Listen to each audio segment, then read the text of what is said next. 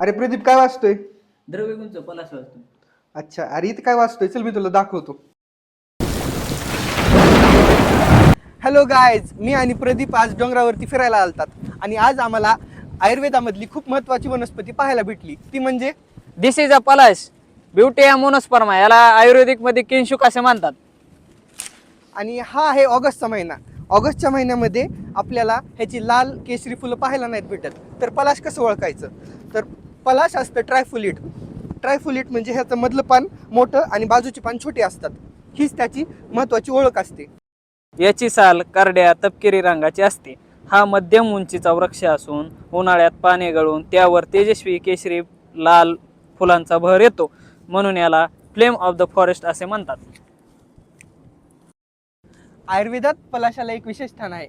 याचा आयुर्वेदात श्लोक सुद्धा दिलाय. पलाशो किंशुको रक्तपुष्पो कृमिग्नोग्राही कषाय.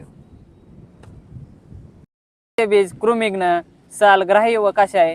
याचा डिंक व फुलं विविध आयुर्वेदिक औषधामध्ये वापरले जातात. संचित याचा क्लिनिकल इम्पॉर्टन्स काय आहे रे? अरे हा पलाश कृमीमध्ये म्हणजेच इंटेस्टायनल वाममध्ये अतिसारामध्ये वापरला जातो.